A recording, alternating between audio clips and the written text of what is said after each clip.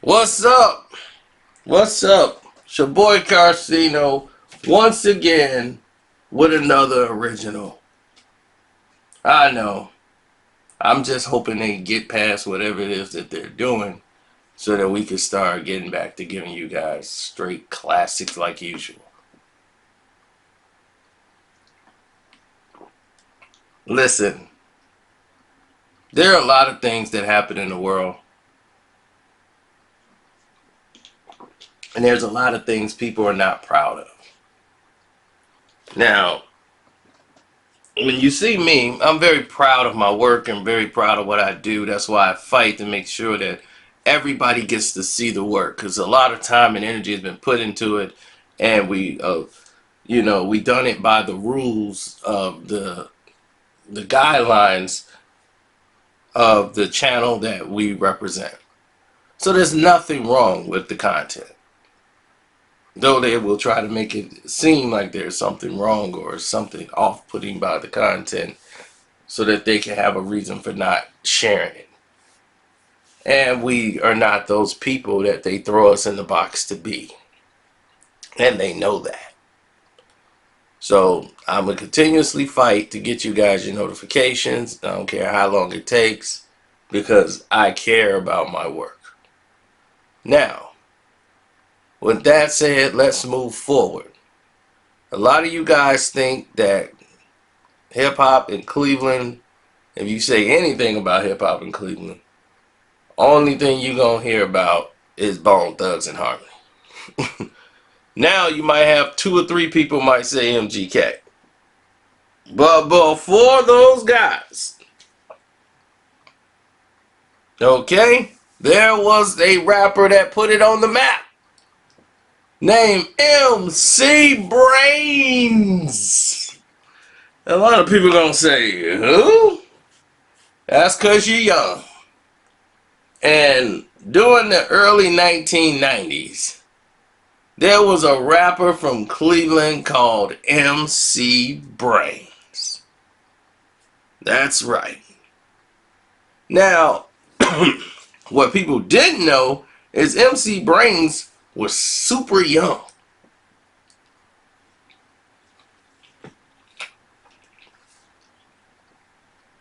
Now, why are they texting me this?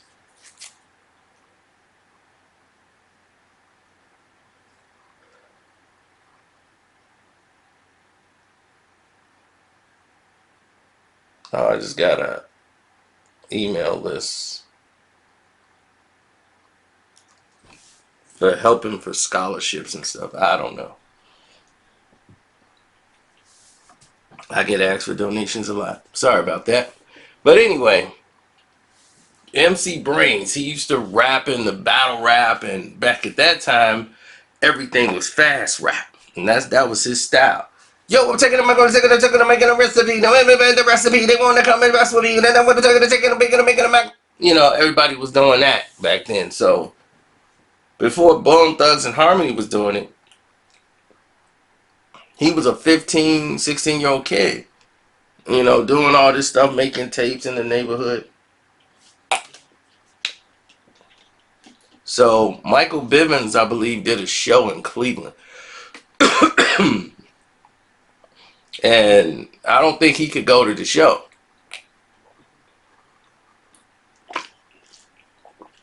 His mom's was working or something, and she don't come home till late. He was just in the crib.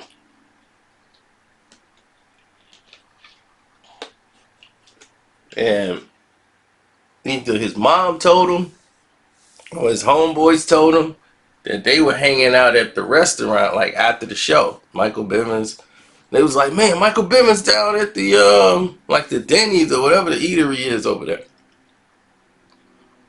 So they were like, yo, Michael Bivins is over there, man. Michael B. You know, let's go see Michael Bivins, man. And he's like, man, you know, I don't want to go. I'll catch it another time. And as ambitious as he was, he really didn't want to go and do it. His mom grabbed her coat, put it over her work uniform, grabbed him like, you get in the car right now.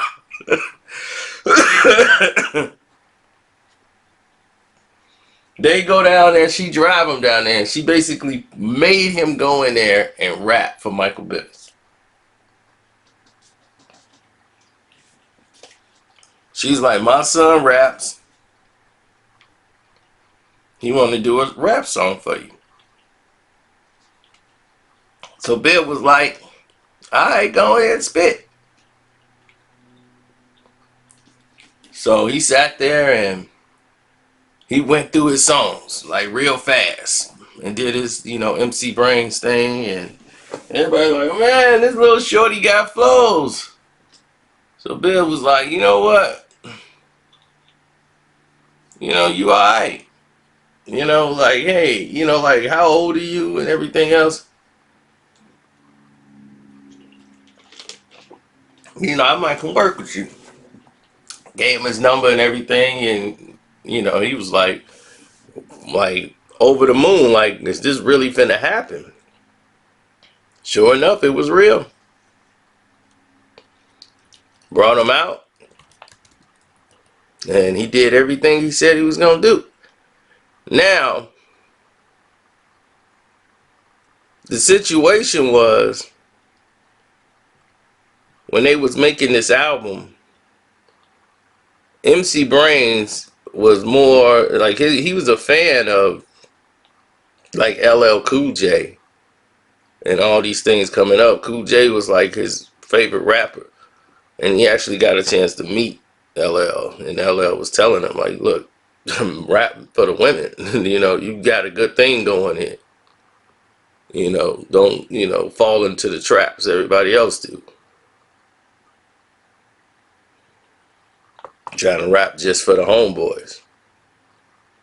And what Michael Bivins looked when he saw him, he was like, you gonna be the sex symbol. You gonna be that guy. And he never carried himself like that. He never was like, I'm the LL Cool J. He's like, you kind of got like a Cool J thing going for you. So what he did was change his whole style up, made him look more like Belle Biv DeVoe, but the rapping guy. And MC Brain's biggest song was, at that time, was Oochie Coochie. Oochie Coochie wasn't a song he really wrote. He wrote the lyrics, but the hook and everything else, that wasn't really him. And that's what really kind of threw him off. Is he's like, man, I'm working on my album, and this wasn't really what I wanted to do. But it's the route that, that was going to sell the records. So they was like, Michael Bivins is like, man, I want you to do, it's like the title going to be Oochie Coochie. And I want the hook like, Oochie Coochie, la la la. And I'm going to have the girls in there doing that. And then you could write a song around that. But I want the girls going, Oochie Coochie, la la la, Oochie Coochie. So he was like, that sounds goofy. He was like, look, man, you could rap, but I know how to sell records. So so he was like, man, he's like, look, just, trust what I'm doing, and that's that. So when they decided to come on and do the process of putting Oochie Coochie out there, Oochie Coochie was a hit. And Oochie Coochie was going to be on the Belle Biv DeVoe's second CD. That was like a leftover song, an idea he had for a song that he got after they had did. It was going to be on the remix of Belle Biv DeVoe's album that they had put out. But the Poison album, rather. It was going to be on the remixes of that. Because they basically remixed the song, so they was gonna hit him with a new song in Oochie Coochie, but everybody was doing their different things at the time, so he was like, I'll give that song to you, the idea. So he gave it to MC Brains, and there it was. It was going straight to the top, Lover's Lane. So They got him a deal at Motown. Now, because his rap deal and rap contract that they got him with was with, even though he was with Build Entertainment, signed as basically a management role, he got signed to Motown Records. And they moved entirely different. And, Michael Bivins and everybody getting a chunk, and he got a gold certification for the album and everything. Then it went and sold like 1,000,000 records. And whatever, it hit gold status, million. Sold. MC Brains was known everywhere now. Then it had the song by Boyz II Men, Brainstorming. And they put Boyz II Men in there to do the hook. Brainstorming. That used to be my song there. I used to put that in there for all the little runners. Why don't you let your feelings hang? So you wanna be. See, I don't know nothing about that. Y'all too young. But yeah, it used to be a red light. You used to take your white light out, put a little red light in there, set the ambiance. So the thing is, Michael Bivins didn't produce the album. And that was the thing. He didn't produce the album, but he took a lion's share of the money. He did. He was only credited for background vocals, and he took a lion's share of this money.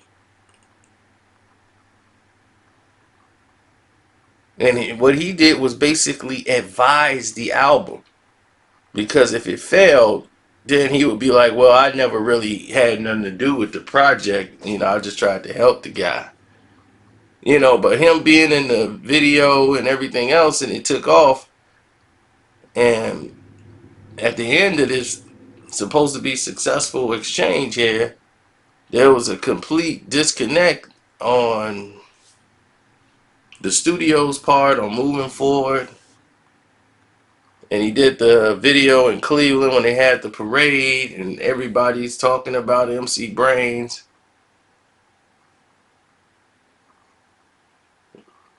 And all of this was going on. People was like, okay, where is the money?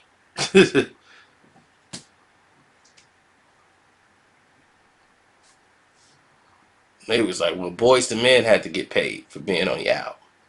So they did 2 songs on the album. Then, it's like they did 2 songs on the album. Michael Bivins had to get paid from all of this. Motown took their money, and was nothing left over for him, really. And he saw the way the record business worked and was like, oh, wow. Then I'm better off on my own, because you really didn't produce this album.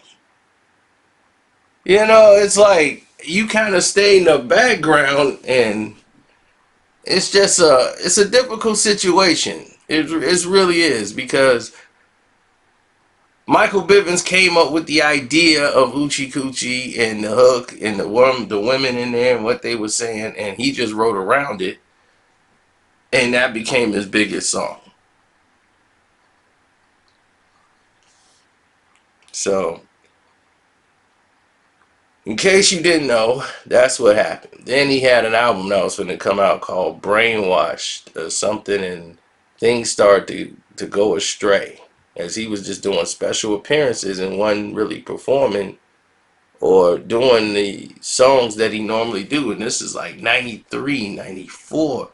It's like he was trying to sit out his contract. Like, I'm not doing anything with you guys until I'm out. This contract is bogus. So he wanted to be released, and they were holding him basically for some weird reason. And this is like the worst I've ever seen from a platinum selling artist. An artist with a successful first album. The next album just don't come forever. And then he just goes completely independent now. He changed the name. The S is now a Z. And he's making things, happen, locally. And the way the market is now,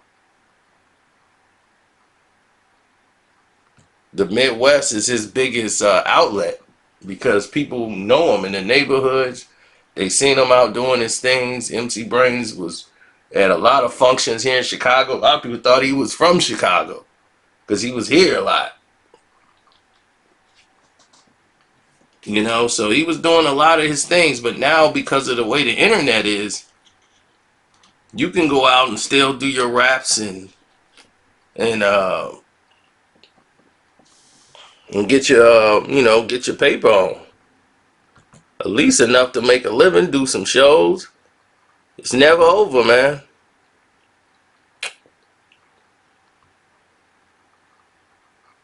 Yeah, he didn't want to give Motown that album, so they basically let him out his deal, and he went with an independent record label in Atlanta, and that's how he ended up doing. I think it was Ichiban or something like that. It was something independent, but I know he went to Atlanta and signed a record deal with them, and he ended up releasing his album there once he got the release papers that he was free from Biv, free from Motown. Once he got that, he went and did his album there. Now, many of you probably never heard of the record label or anything like that, but once he signed his deal over there and he put out the album Brainwashed, I think in like 96 or something, he released that to the public, and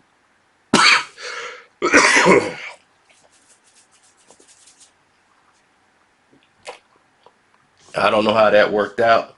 Everything went kind of dark after that. But he probably ended up making more money off that than he did on his album, Lover's Lane.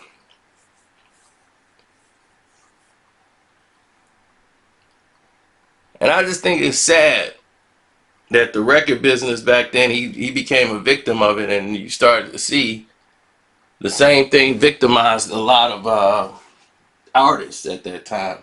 You look at all the artists on LaFace, you look at all the artists that were on with Michael Bivins, you look at what happened with BBD. You're looking at a situation where people weren't getting their fair shot and their fair opportunities, and that was pretty sad for the business that they were in. That it was enough to where you didn't have to try to rob your guy. You end up destroying everything you have because you could have built a real family. That could have been the East Coast family, whatever they call themselves then. You could have really had all that. You had ABC, you had all these groups. But because of people's greed, it was enough to go around. Because now, once you build something and then it just crumbles, now you're looking for the next best thing. You can't be out here performing forever. Now you out here 55 trying to do shows. When you made enough hit records to sit up and relax. It just showed people how crooked this business could be, and he was a kid when he signed this deal, and he was just, happy to be on. He never understood, he caught it early on. Now, I tell you that. Most people would have stayed for a while and tried to make a couple albums and say, hey, man, this ain't right. So, anyway, man, don't forget to support the page. Hit your boy Carcino up in the Cash App. Donate to the page, man. You guys keep it moving. Carcino is the name in the Cash App, in case you guys know. Or click the link below in the description box and hit the Streamlab up. You can leave me a message there. J-Biz, we did call you. You didn't answer. We tried to get you in the live chat. So I'm out. Y'all have a blessed day. Don't forget, you can click one of the 4 videos up here too and get caught up on a lot of different things in hip-hop. Hopefully you do, if you like it. And I don't know. I don't know his social media handle or if he's on social media. But yeah, I got to see what's up with MC Brains, man. Shouts out to him. I'm out.